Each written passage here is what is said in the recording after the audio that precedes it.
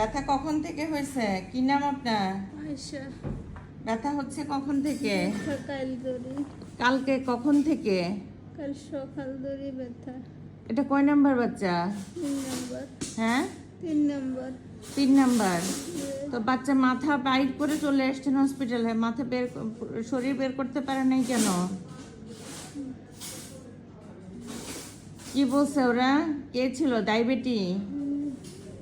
ডাক্তারের কাছে বাচ্চা বড় বেশি। হ্যাঁ, বাচ্চা বড়। এই বড় বাচ্চাটাকে মাথা বাইর করে হসপিটালে চলে আসছেন, আর বাইর করতে পারে নাই। তাহলে শেষ পর্যন্ত চেষ্টা করছে কেন?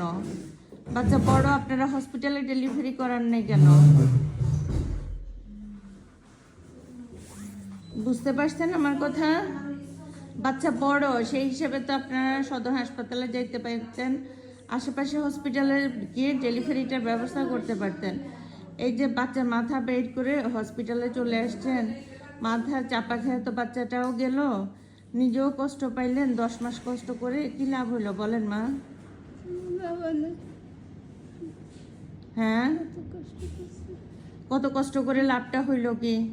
ডেলিভারিটা হসপিটালে হইল না কেন?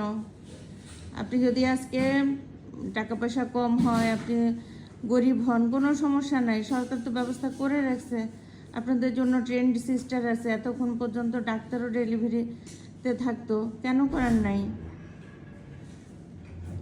অন্তত সদর হসপিটালে আসবেন। আর এইসব গ্রামে গঞ্জের প্রাইভেট হাসপাতালেও তো হচ্ছে বেশি খরচ হয় না, এই 10-12 হাজার টাকা খরচ হয় ঊর্ধ্বজোরে সব কিছু মিলে, যদি 2-3 দিনও লাগে। বুঝছেন না?